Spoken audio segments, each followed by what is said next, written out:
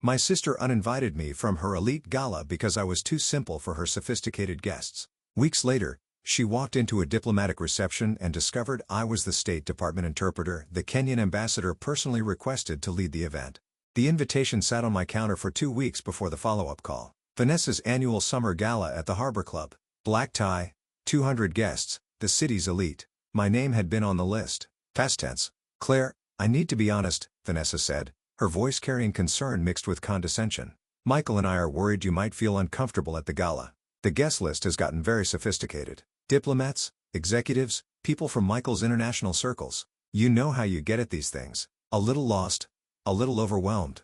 I stirred my coffee, watching morning light through my modest apartment windows. I see. It's not that we don't want you there, but Michael's making connections with important people. The Kenyan ambassador is coming. EU trade delegation representatives, a Saudi businessman. These people speak 5 languages and discuss international policy. I don't want you to feel out of place. I thought about yesterday's briefing where I'd presented East African trade route analysis to senior diplomats where Ambassador Omondi from Kenya had specifically requested my expertise on regional development. I understand. I said exactly. I knew you'd get it. You've always been so understanding. Not everyone can navigate high society and that's okay.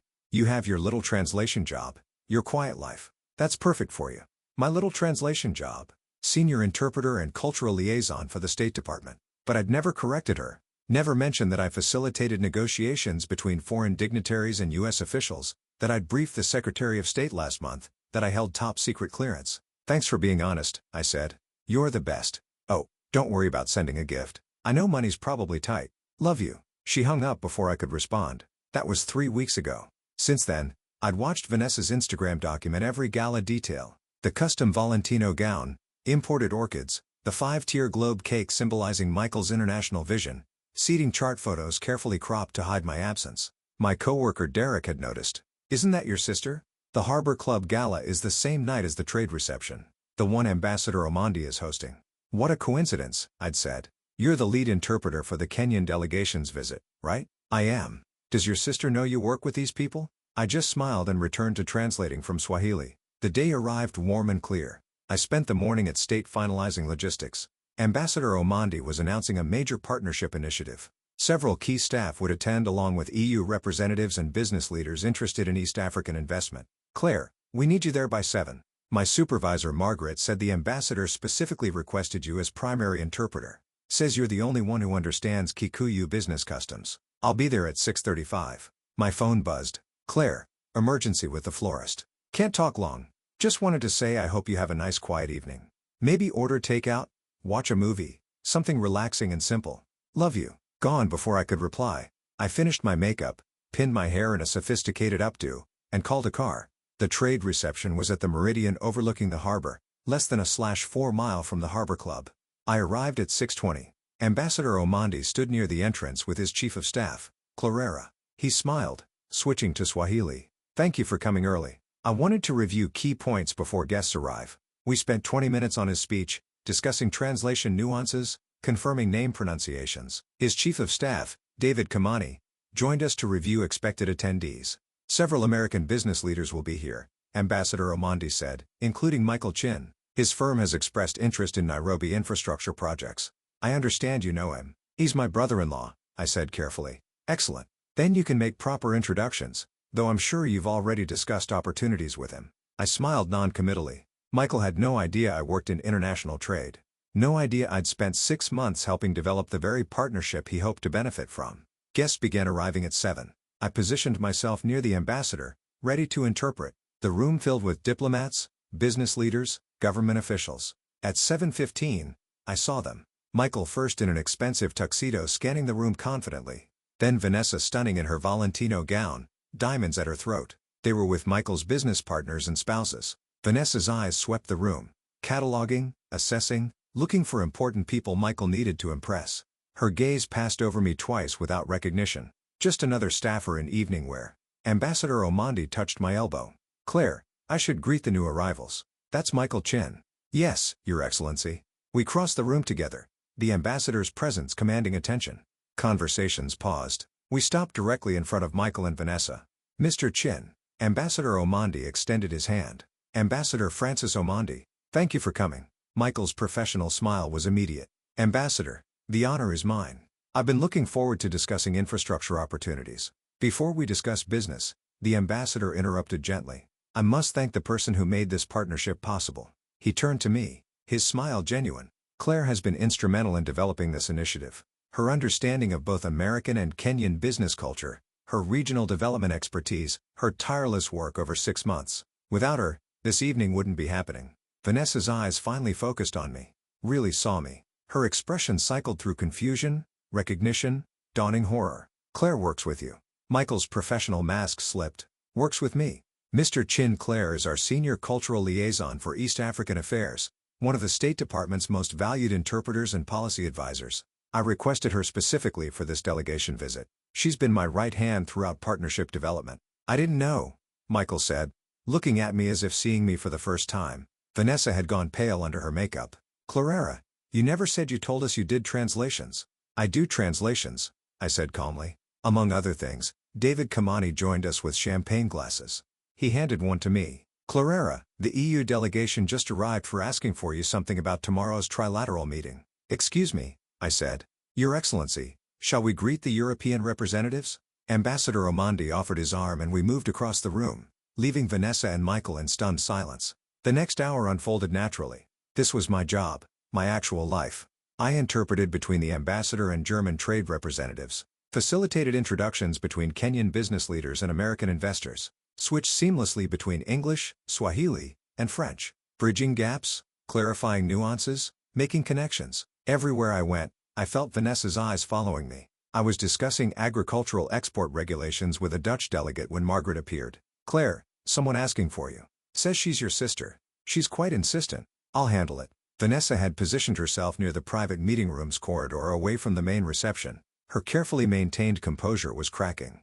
Claire, what the hell? You work for the State Department. You know the Kenyan ambassador. You're some diplomatic advisor. And you never told us. You never asked. You let us think you were a translator. Like you worked for a translation service. I am a translator. I translate at the highest levels of international diplomacy. But you heard translator and assumed something small, something simple, something easy to dismiss. How are we supposed to know? You could have asked what I actually do, shown interest in my work instead of calling it my little translation job. You could have invited me to events instead of assuming I wouldn't understand sophisticated people. Vanessa's eyes widened. You heard that. You meant exactly that. You've meant it for years. Every time you talked about your important friends while implying my work was inconsequential. Michael needs to make connections with these people, Vanessa said, voice rising. The Kenyan ambassador, the EU delegation. These are contacts he's been trying to reach for months and you knew them. The whole time. I work with them. Yes. And you didn't think to introduce him to help your own brother-in-law's business. You uninvited me from your gala 3 weeks ago because you thought I was too simple to understand your sophisticated guests. And now you're angry I didn't volunteer to help Michael's business. Do you hear yourself? That's different. That's family helping family. Family doesn't exclude family for not being impressive enough. A woman in an EU badge approached. Miss Hayes, Ambassador Omondi is preparing his announcement. He'd like you beside him for translations. Of course. I extracted my arm from Vanessa's grip. Excuse me. I returned to the main area where a small stage had been set up. Ambassador Omondi stood at the microphone with me positioned slightly behind the traditional interpreter placement. The room quieted. Ladies and gentlemen, the ambassador began. Thank you for joining us tonight. We announce a historic partnership between Kenya and the United States focused on sustainable development, technology, and economic cooperation. I translated his words smoothly into English. The deal was huge, $50 million that would change East Africa's future. Then he smiled. This project wouldn't exist without people who bridge our cultures. I want to recognize Claire Hayes. He waved me forward. Cameras flashed. For 6 months, he said, Claire has worked tirelessly with our team, translating not just words, but meaning. She's the kind of professional every delegation hopes for. Applause filled the room. He gave me a traditional Kenyan bracelet. I thanked him in both Swahili and English, then stepped back. Out of the corner of my eye, I saw Vanessa staring, shocked. Michael beside her, calculating. After the speech, the room buzzed. Deals were forming, hands were shaking, conversations flowing. I moved among the guests, connecting people, explaining, translating. Around 9, Michael came up to me alone. Claire, I owe you an apology. I've known you 6 years and never asked what you really do. Yes, I said. You never did. He hesitated. My firm's been after the Nairobi contract. I didn't know you were involved. I know, I said calmly. I've seen your proposals. His eyebrows lifted. You've reviewed them. I advise on cultural and local understanding, whether partners respect customs and context. And our proposal technically strong, I said. But it treats Kenya like any other developing market. That's a mistake. Could you help us fix that? I don't consult for private firms. My job is for the State Department. If you want the contract, learn, listen, hire local experts. Do the real work. His jaw tightened. Vanessa said, you were still upset about the gala. I'm not upset. I'm done pretending exclusion doesn't matter. Later, the ambassador thanked me again. Claire, I meant what I said. When we expand to Tanzania and Uganda, I'll request you personally. It would be an honor, I said. Then my phone buzzed. Venth Claire, I'm sorry for everything. The uninvite, the comments, the assumptions. Please, can we talk? I replied, I accept your apology, but sorry doesn't erase years of dismissal. If we talk, things have to change. She wrote back, I understand. I'll do better. I didn't reply. Promises were easy. Change wasn't. That night, I went home to my small apartment. The bracelet glowed on my wrist. Tomorrow I'd brief the secretary. Next week Geneva. Maybe Nairobi after that. I didn't fit Vanessa's image of success. I never had, but I had real work, real respect, real purpose. The next morning, photos from the event spread online. Me standing with the ambassador bracelet in hand. One headline read, Behind every diplomat, the interpreter who makes it happen. Mom called. Clarera, why didn't you tell us you work with ambassadors? I tried. Mom, you never wanted to listen. Silence. Then softly. You're right. I'm sorry, sweetheart. It wasn't everything. But it was a start. I pinned the bracelet to my blazer and headed out. There was a new partnership to oversee and a world to connect. They'd said I was too simple for their parties, but while they were playing at sophistication, I was living.